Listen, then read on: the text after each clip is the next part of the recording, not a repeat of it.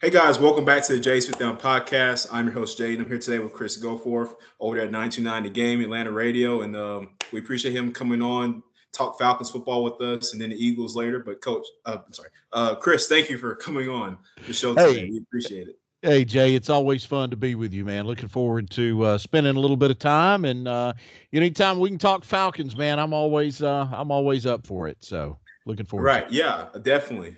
So speaking of the Falcons, they, uh, you know, new head coach Raheem Morris. I mean, he'd been here before, but now officially the head coach. We bring in Kirk Cousins and so 6-3, Chris, 6-3.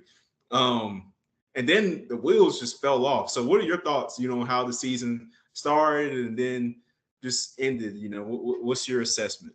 Well, I think there's a couple of ways to look at it, right? Like I felt like there were times early in the year where you saw, okay, that game against Tampa. That's why you go get Kirk Cousins, right? I mean, that's what that guy's going to give you. There was no question, at least in my mind, Jay, as we went through that season, that something wasn't right with him. And at first, I wanted to put it on um, maybe decision making. And then, and I look, if I tried to tell you who it was that put this information out, I would get it wrong. Okay. But it's one of those like stat companies, like next gen kind of stat stuff. But they did a release on velocity, right? How what quarterbacks velocity they're throwing the football with. And this was probably 2/3 of the way through the season. The velocity in which Kirk Cousins was throwing the ball was way, way down from what we have seen from him previously. So that was the first clue that this guy isn't healthy right now. And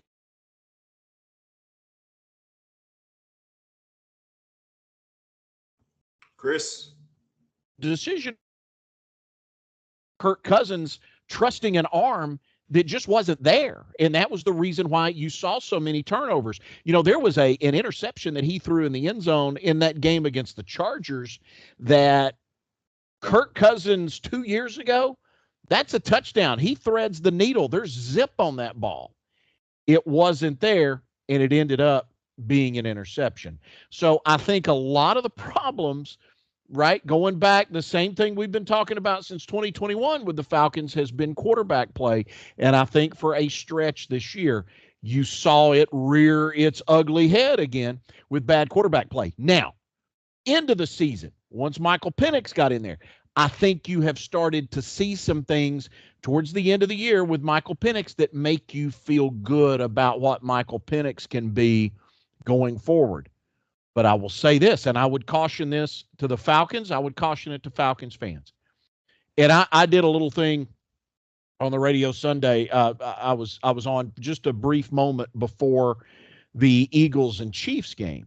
And one of the things I talked about is what can the Falcons learn from the Eagles and the Chiefs, the two teams that are playing in the Super Bowl. And one of the things that I took from that is that we saw two teams play in the Super Bowl that never settled at quarterback. The Chiefs had Alex Smith. They chose to trade up to go get a guy in Patrick Mahomes when they thought they already, I think most fans thought, they already got their guy. It's going to be Alex Smith. They traded up. They went and got the guy that became Patrick Mahomes. Same thing goes with the Eagles. Eagles had to remember, they gave all that money to Carson Wentz, but the Eagles didn't settle. They went out and got Jalen Hurts. So I am by no means saying or thinking that the Falcons should go out and draft a quarterback this year. That's not what I'm saying.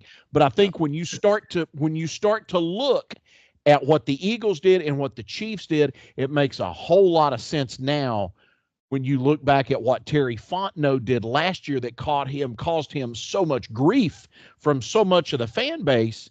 You look back on it and you go, okay, here's a guy that didn't settle, and thank goodness that he didn't.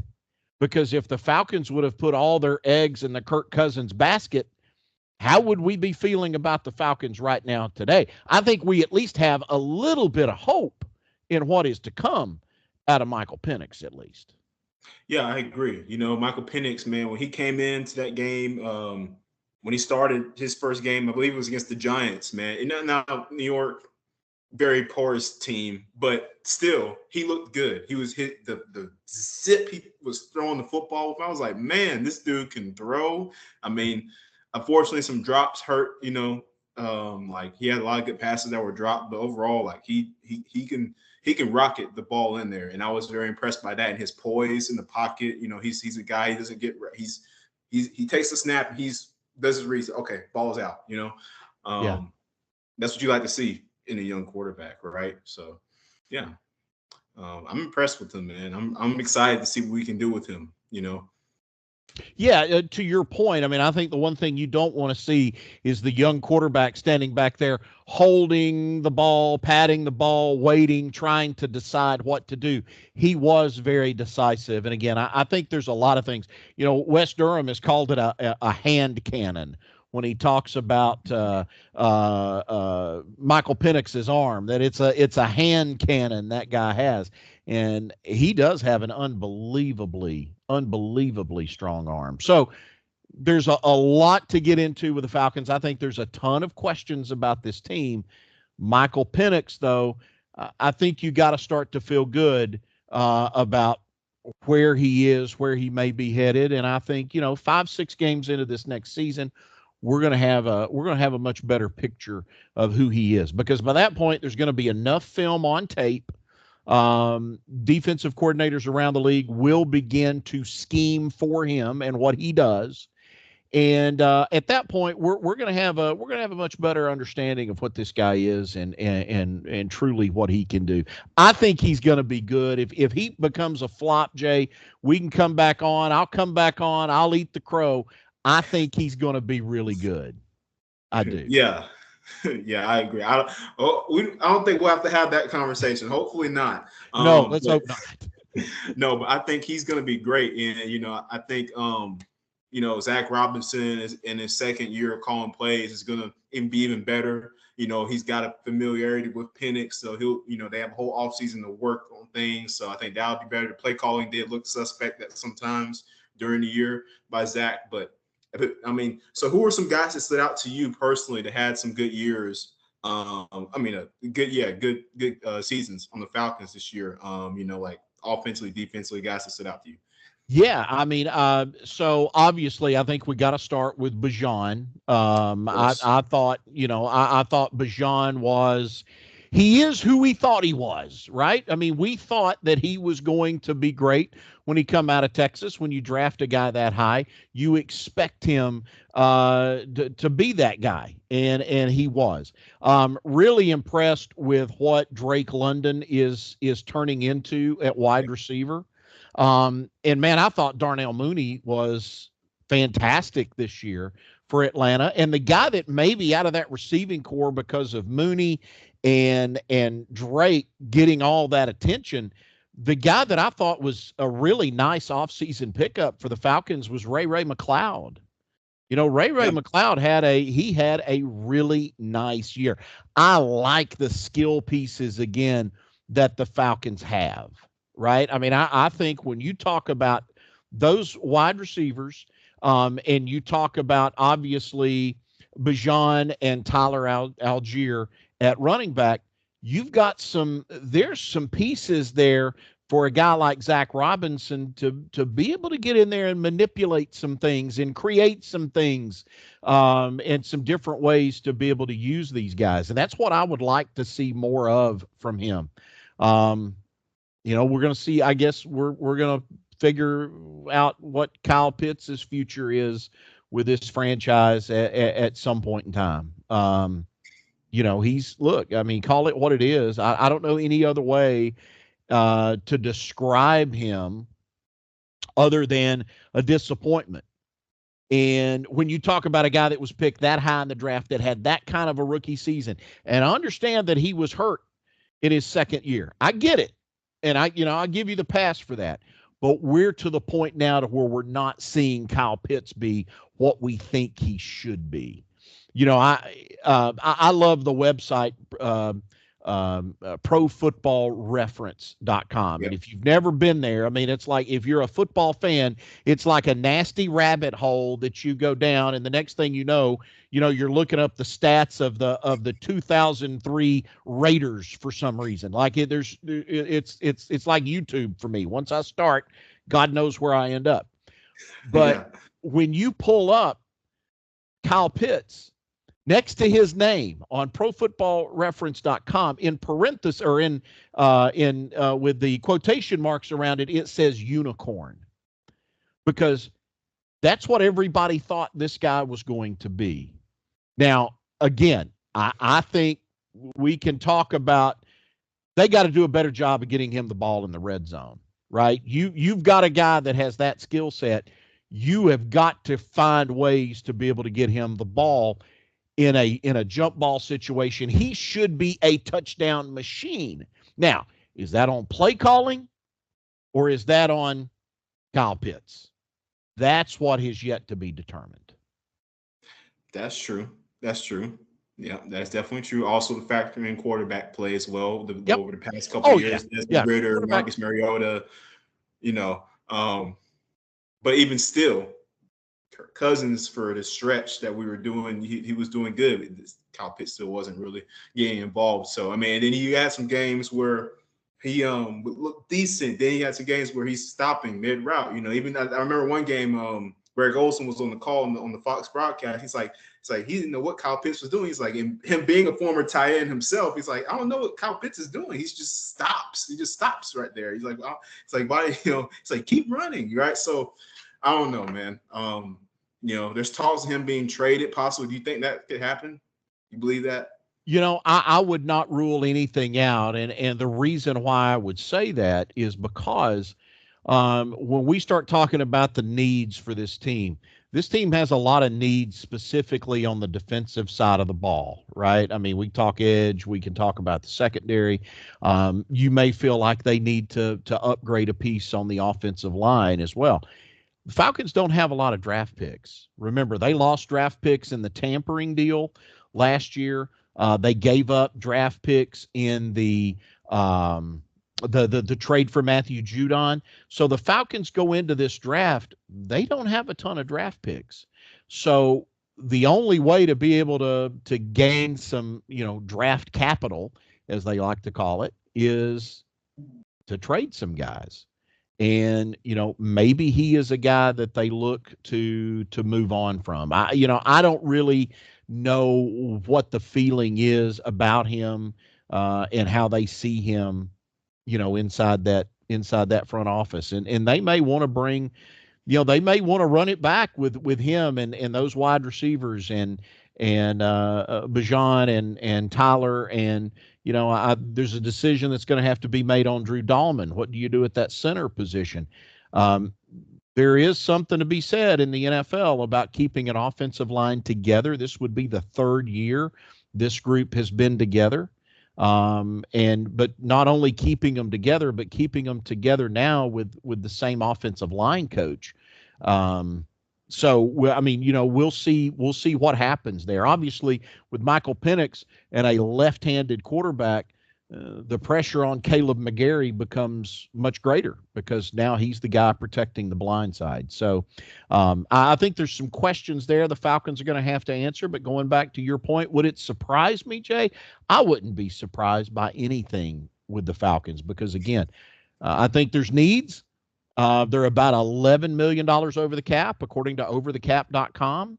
I don't know how much that really means, right? Because the Saints have been doing they've been doing voodoo on the cap every year for about the last it feels like the last 10. Now, talking with some folks around the Saints over the course of this season, they feel like, okay, it's going to be time to pay the piper in New Orleans going forward. I don't know that they're going to be able to spend in free agency maybe the way they have done it in years past. So would it surprise me if the Falcons made a move? No. The cheapest way to upgrade this team is to do it through the draft, but you got to draft the right guys.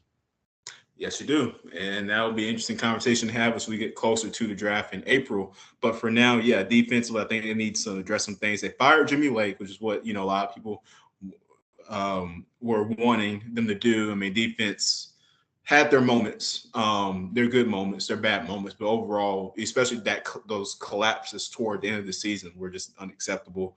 And, they fired him, brought in Jeff Ulbrich. So did you like that move, bringing in Jeff? We'll see, right? Let's see what it looks like. So this will be starting my 11th year at 92.9 The Game. Jay, I can take you back. I started my first show ever was on a Saturday night, Final Four weekend in 2014. And the talk that night was the Falcons draft. And what did the Falcons need? They needed a pass rusher in the draft. And everybody in Atlanta thought the Falcons either would or should go get Jadeveon Clowney. The Falcons didn't. They drafted Jake Matthews, and that's turned out okay, right? I mean, Jake Matthews has been he's a very solid guy. But that shows you how long the conversation has been happening about finding a pass rusher in Atlanta. You thought you had it with Vic Beasley and Tack, and that didn't happen. No. So that is an ongoing need for this team. And I understand that Terry Fontenot has had the idea, and he has said, we're not going to draft by need. We're going to take, with the first pick, we're going to take the best available player. I want to see if that is still the mantra that we hear from him leading up to the draft. I want to see if that's truly the direction that the Falcons go, because I think we all know this team has got to have a true get after it pass rusher. I thought Matthew Judon was a horrible disappointment this year. Lorenzo Carter, great guy, but he's not going to be a double-digit sack guy. Lorenzo Carter is not the guy that the opposing offensive coordinator looks at and says, we got to figure something out to stop this guy. You go up against the Cowboys now with Micah Parsons when he's healthy, and the first thing that an offensive coordinator is going to look at is, we got to put a hat, maybe multiple hats on this guy we got to know where he is.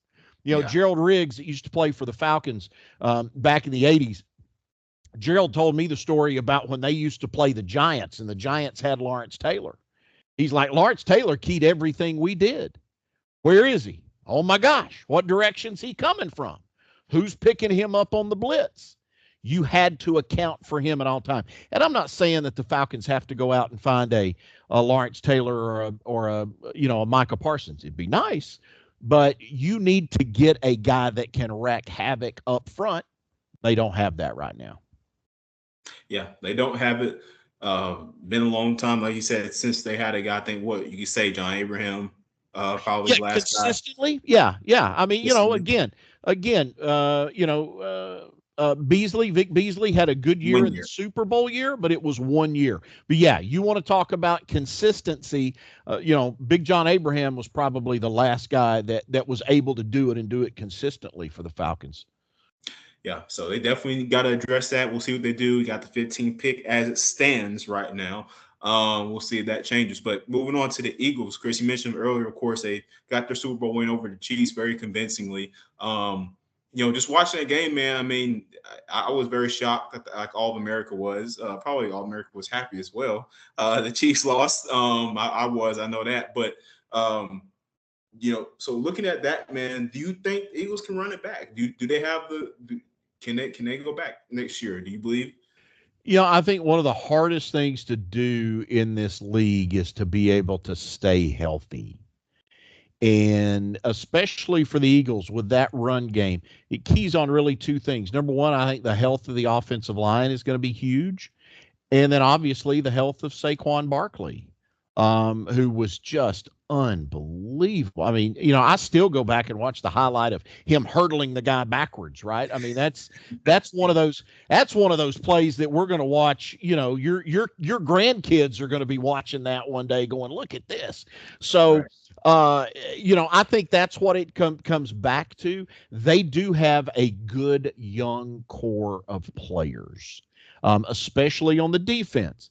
And what the Eagles did, much to the chagrin of a lot of Falcons fans over the last couple of years, is the Eagles have gone and drafted Georgia guys and Alabama guys, and they've taken them early, and they went and got really good, productive college football players.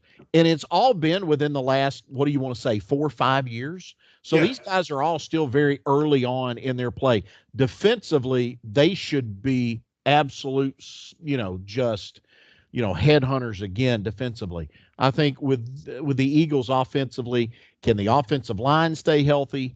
Can Saquon stay healthy? And can Jalen Hurts continue? Is he, is he Montana or Brady back there? I don't think so. But the one thing that Joker does is win, man.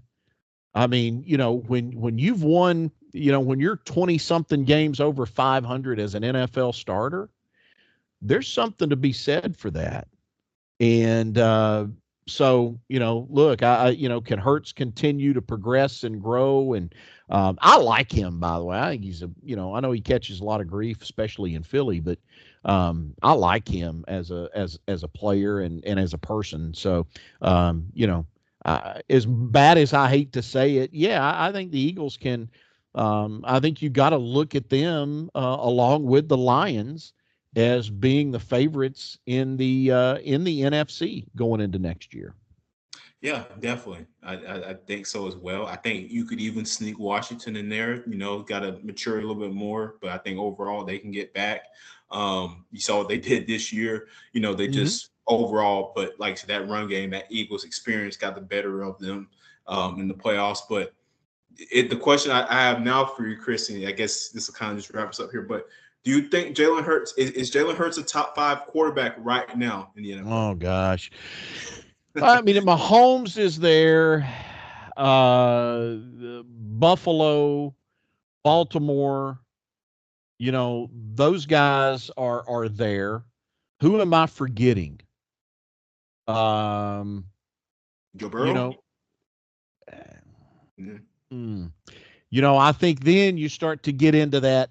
You start to get into that range of very good quarterbacks. I think Joe Burrow's a very good quarterback. I don't know that he's top 5 for me. Okay. Is Matthew Stafford that guy? I think you got to put him in that and kind of in that conversation with what he has been able to do. Look, if Hurts isn't top 5, I think he's knocking on the door at this point. Based upon what he has been able to do, and what we saw from him the other night. So again, you talk about quarterbacks with the Bills, with the Chiefs, with the Ravens, with the Lions. Can Hurts be that 5th guy? Can the Eagles guy be that 5th guy? Why not at this point? Again, how do we judge quarterbacks? We judge them by winning, and that dude finds a way to win all the time, it seems like. So as much as I detest almost every Philadelphia sports team, I admit, oh gosh, let me tell you, my hatred for the Phillies goes way back for what they did to the Braves back in the early 90s. And but yeah, it's really, really hard to look at that guy and what he's been able to do and not think that, if he's not 5, he's 6. So he's right there for sure. Yeah. Jalen Hurts for me I'd say he's definitely right there, maybe in the top 5. You got your guys like Mahomes, you got Josh Allen, you got Lamar Jackson. That's 3, right? The 4th guy. I mean, I could slide Justin Herbert in there. I don't know. He hasn't won really anything. Yeah. Those other guys have. You bring up a good point, because I like Herbert too. But again, how do we judge quarterbacks? We judge them by winning. And we haven't seen him. He has yet to show us that he can put a team on his back and take them to a Super Bowl. So, that's my hang up. And I like Justin Herbert too. That's a good point. And look, at some point in time, man, let's see what the kid looks like next year. But man, Jaden Daniels is pretty phenomenal. C.J. Stroud is another one. I'm a big C.J. Stroud fan. For him to come in, for him and Daniels to come in these last 2 years as rookies and play the way they have, I think it says a lot about both of those guys. I'm fans of both of them, though. Yeah, definitely. Like I think another thing too for me with those guys, kind of similar to Jalen Hurts, is their poise and their ability to stay kind of cool, in these big games. Because the Commanders have played a lot of big games last year, a lot of close games are in it. And was Jaden Daniels like the most clutch quarterback this year? I mean, I think that's an actual stat. Yeah. And he was able to make the plays and get them wins, very big wins, even one of them being against the Eagles in the regular season. So, yep. Yeah, I like Jaden Daniels too. I'm excited to see what he does next year. But Chris, we appreciate your time coming on the show. Always fun having you on and talking football, especially Falcons football. And we'll see what they do over these next couple months going to the draft. Have you back on before then as well. And then we'll just hope for the best. So. Sounds good, Jay. Always fun to be with you, man. Yes, talk sir. Soon. And hey, thank you. And make sure y'all check us out and check out Chris on 929 The Game. They do a great job over there. So make sure you guys check them out. So, just want him to know that they do an awesome job covering our Atlanta sports teams here. So kudos to you guys, Chris. And thank you, man. Appreciate it. Yes, sir. We'll see you next time. Okay.